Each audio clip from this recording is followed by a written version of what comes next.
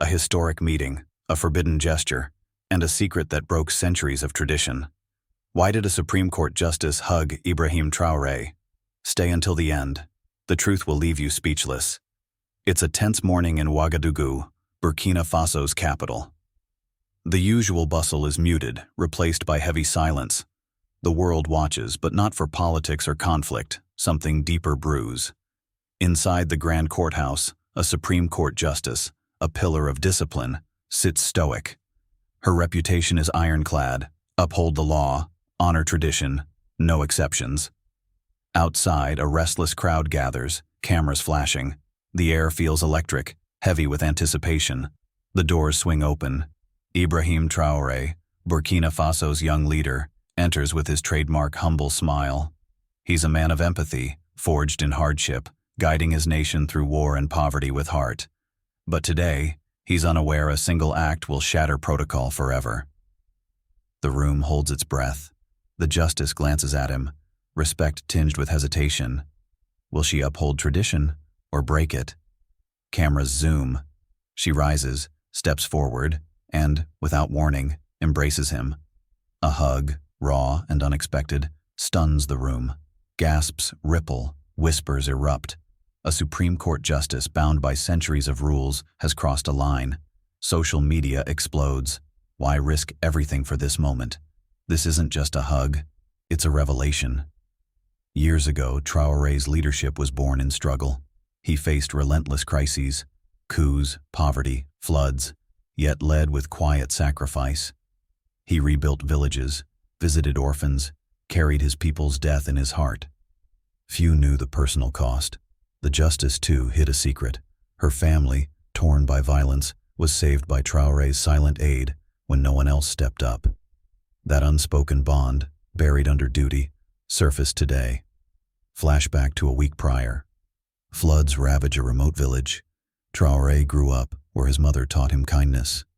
He rushes aid, unaware the justice's nephew lives there too. She worried in silence, her stoic facade cracking. Their shared pain weaves a hidden thread, binding them beyond courtroom walls. This hug isn't defiance, it's gratitude, a promise kept.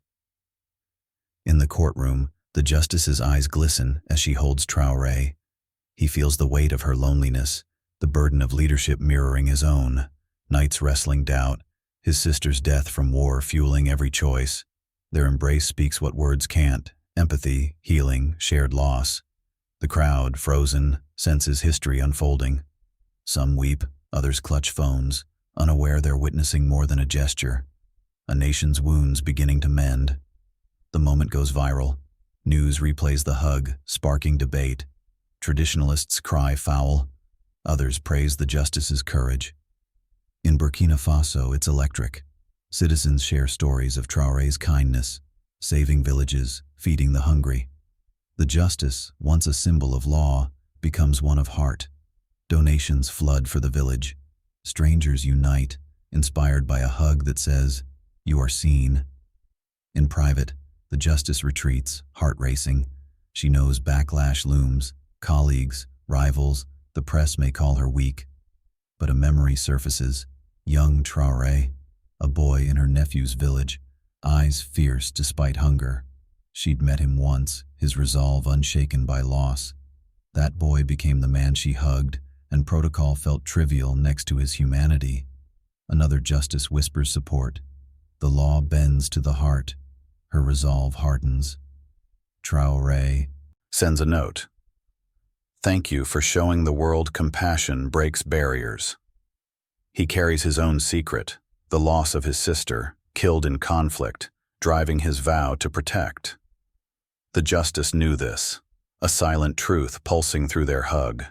It wasn't just respect, it was shared grief, courage forged in pain. Across Ouagadougou, people watch the footage. Mothers hold children tighter, whispering hope. Elders nod, sensing change. Children in the flooded village cling to the moment, believing in tomorrow. The hug becomes a beacon. Proof compassion trumps rules. Communities rally, art and music bloom, inspired by Traoré's humility and the justice's daring. Years later, the hug is legend. Traoré's leadership transforms Burkina Faso, not with force but kindness. The Justice joins reform campaigns, her embrace a symbol of mercy, hand in hand with law. Together they spark a movement, unity, hope, healing. At the village's rebuilt well, kids drink clean water, laughing. Traoré kneels, touching the earth, whispering to his sister, "This is for you." The Justice, now retired, visits, her nephew by her side. They don't speak, just stand, hearts full. The UN displays a photo of the hug, captioned, "Compassion rewrote history." In Burkina Faso, a new generation rises, inspired by a moment that proved love can move mountains. Traoré and the Justice, unlikely allies, showed the world. True leadership is human, broken, and brave. And the world, forever changed, listens.